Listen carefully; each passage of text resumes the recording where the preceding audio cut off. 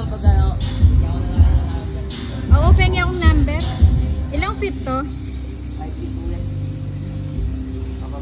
Hi guys, sharing with you another private resort here sa Langkaan 1 Dasmariñas, Cavite. Kung katulad ko kayong na-curious every time na dumadaan dito kung ano bang itsura, so ito na yon. Makikita nyo na kung ano yung itsura ng private resort na ito.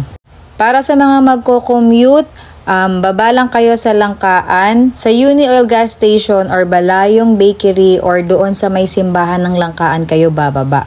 And then ipagtanong nyo lang kung saan yung sakayan paloob ng Langkaan.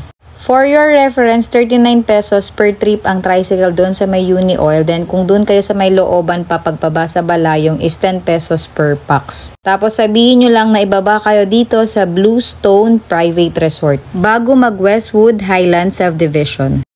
So yung swimming pool is 5 feet, meron ding 2 feet para sa may mga kasamang bata. Then ito yung kanilang open area, yung kitchen area. Included na rin yung video okay sa renta po ninyo. Merong 2 common CR dito sa baba. And then meron din silang kitchen area dito. So ito yung nung pumunta kami, naglilinis pa po si Kuya Caretaker. Kasi meron silang kaka-check out lang na guest.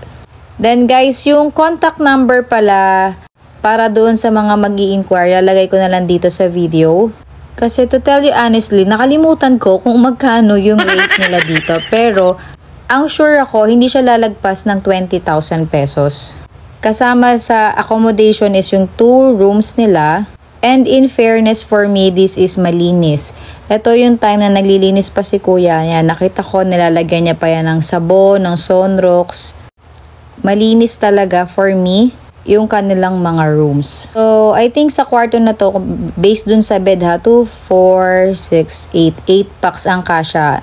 Hindi ko lang naitanong kung meron silang mattress. Kasi very quick tour lang talaga yung ginawa namin dito kasi naghahanap kami ng private pool na paggaganapan sana ng reunion namin. Dito sana yung marirecommend ko dun sa mga kaibigan ko. Kaya lang, dun sa napili naming date is meron nang naka-reserve. So, ito yung isang kwarto. Meron din siyang private CR.